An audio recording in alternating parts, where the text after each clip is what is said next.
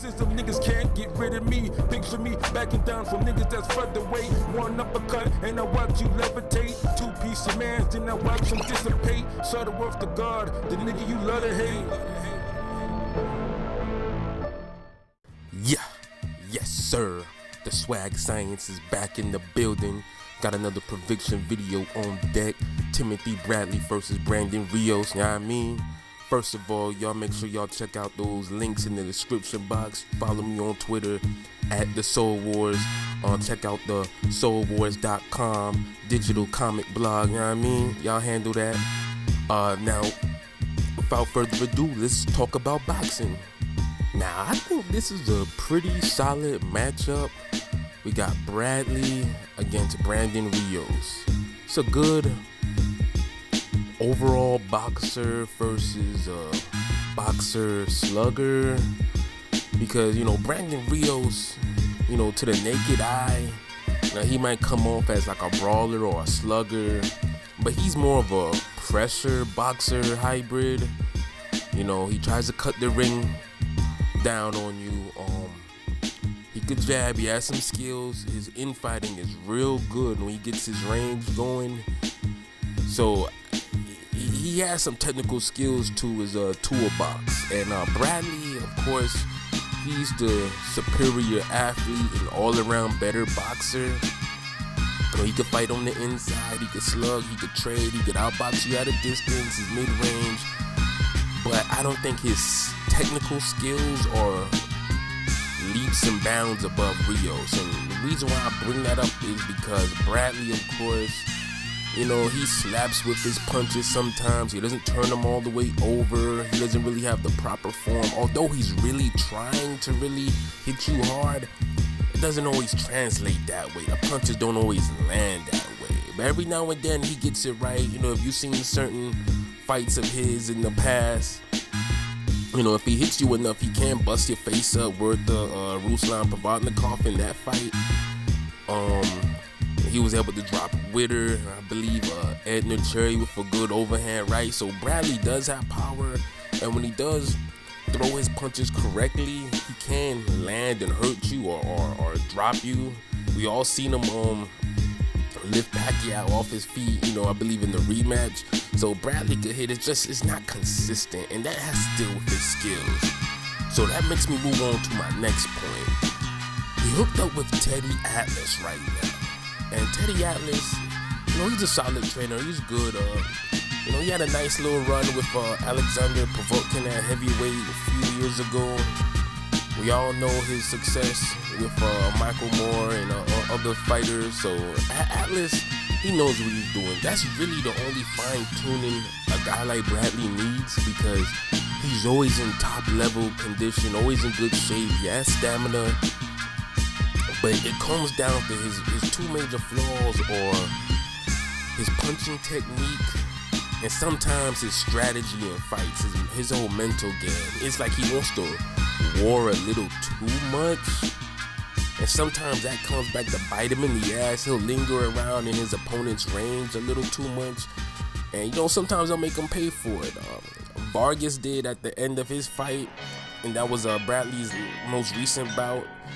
Bradley almost got knocked the hell out in that final round. There's a lot of fuckery in that last round, but there was a lot of excitement for the fans. So, hell, Bradley wants to fight all exciting and shit, and hey, I'm all for it, but just be defensively aware when you do. People think you have to be boring to outbox somebody, but guys like Terrence Crawford, they show you time and time again that you could box somebody, outbox them, and still put hands on them and beat their ass. So Bradley gets my respect in that aspect. And with a guy like Rios is more limited. You use some footwork, you can outbox Rios. We've seen Abril do it, although it wasn't really exciting and he didn't really punish Rios enough. We've seen I believe Miguel Acosta do it at lightweight. He did it for several rounds until he got overwhelmed by Rios. And of course we seen Manny Pacquiao do it. He beat the shit out of Rios and just outworked them just up and down all over the ring. footwork movement, you could befuddle Rios. But if Rios gets you in his range, he has a real good inside. Not even real, he has a great inside. He keeps his chin tucked. He might be squared up, but he has his guard on point. He'll slip punches sometimes. He has a real great jab that sometimes I don't think he uses it enough. Kind of like Jeff Lacy back in the day. Jeff Lacy had a real good jab too, but if you don't use it, you don't use it. That's one less weapon you have in the ring if you don't use it. So that's how it is with Rios. He looked great against Mike Alvarado, who basically had 1 foot in rehab in that third fight. So I couldn't really take too much away from that fight. You know what I mean? And he looked like shit against Diego Chavez. I thought he was losing that fight, tell you the truth. And Chavez got fucked out of a victory with that damn ref. And Rios just looked like he was complaining, and you could tell Chavez was really getting to him. So I know there's some guys out there picking Rios for the upset, and anything's possible in this game, in this sport of boxing. It's a theater of the unexpected. And Rios, he has most of the tools. Not even most. He has the tools to get it done if he fights to his utmost potential. But I do feel he is the underdog in this fight. And it's more so Bradley doing what he's supposed to do, or kind of dumbing down his level for Rios. Because I feel like Rios is more of a B-level fighter, and Bradley's more like a A-, B+ type of guy. But you could be a level above somebody and still not necessarily match up well with them. And I think Bradley, he matches well up with Rios, but it's not gonna be a walk in the park. Now, the thing with Rios, I don't know if he has the real power to hurt Bradley at 147, but I think he could get Bradley's respect. And I think they both could get each other's respect in this matchup as far as power is concerned. But it's all about who implements their skill and strategy better. Rios, a lot of time, he kind of gets fat, bloated up during the times where he's not fighting. So I know he probably had to lose a lot of weight for this, but from what I'm hearing, dude sounds pretty motivated, especially since, he found out that Bradley already has an after party set up for after the fight. So, that should motivate anybody when you hear shit like that. So I don't know if Bradley's taking it lightly, or he just feels that he should, beat Rios clearly, which he should, which I believe, but you never know. And you don't know how well he's going to gel up with Atlas as far as meshing together as a new trainer and trainee. Because Bradley, you have a guy that's already disciplined. You know his dad's a badass. He got on him when he was younger, so he got that discipline instilled, and he loves to train and work out. He has a Superman physique, so you don't really have to get at guys like Bradley. Bradley's like a dream come true for a trainer.